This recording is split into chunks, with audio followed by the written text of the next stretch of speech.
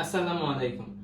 আমরা আজ আলোচনা করব কালেক্টিভ এক্সপ্রেশন গুলো যখন কোনো সেন্টেন্সে সাবজেক্ট হিসেবে ব্যবহৃত হবে তখন সেই সেন্টেন্সে সাবজেক্ট পরবর্তী ভার্বের কন্ডিশন কি হবে।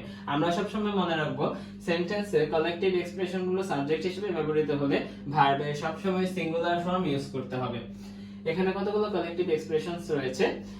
A herd of cattle, a gaggle of girls, a pack of dogs, a pride of lions, a gang of rocks. আমরা সবসময় মনে রাখবো এই ধরনের সাবজেক্টগুলোতে প্রিপজিশন যুক্ত অংশ কখনোই মূল সাবজেক্টের উপর কোনো রকম প্রভাব বিস্তার করবে না। যদি এক্সাম্পলের সাহায্যে দেখাতে চাই তাহলে a gang of rocks is or are coming forward. A gang of rocks একটি কালেক্টিভ নাউন, তাই is সিঙ্গুলার ভার্ব হিসেবে ব্যবহৃত হবে। এখানে a gang of rocks preposition যুক্ত অংশটি আমরা বাদ দিই, তাহলে a gang এটি আমাদের মূল সাবজেক্ট।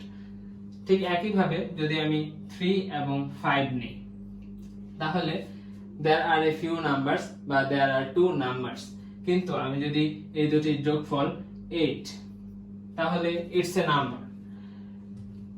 এখানে dogs, girls এগুলো যদি আমি এককভাবে ব্যবহার করি তাহলে ঠিকই তারপরে girls are playing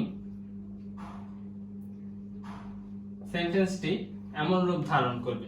কিন্তু যেহেতু এটি একটি কালেক্টিভ নাউন, একটি কালেক্টিভ এক্সপ্রেশন, তাই এক্ষেত্রে সাবজেক্ট হিসেবে কালেক্টিভ এক্সপ্রেশন ব্যবহৃত হলে ভার্বের সর্বদা সিঙ্গুলার ফর্ম ইউজ করতে হবে।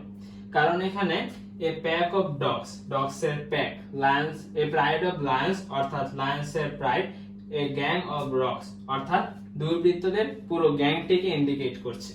তাই আমরা শেষ কথাই বলতে পারি যে কালেক্টিভ এক্সপ্রেশন গুলো কোনো সেন্টেন্সে সাবজেক্ট হিসেবে ব্যবহৃত হলে সব সময় আমরা কোনো কিছু না ভেবেই সিঙ্গুলার ভার্ব ব্যবহার করব।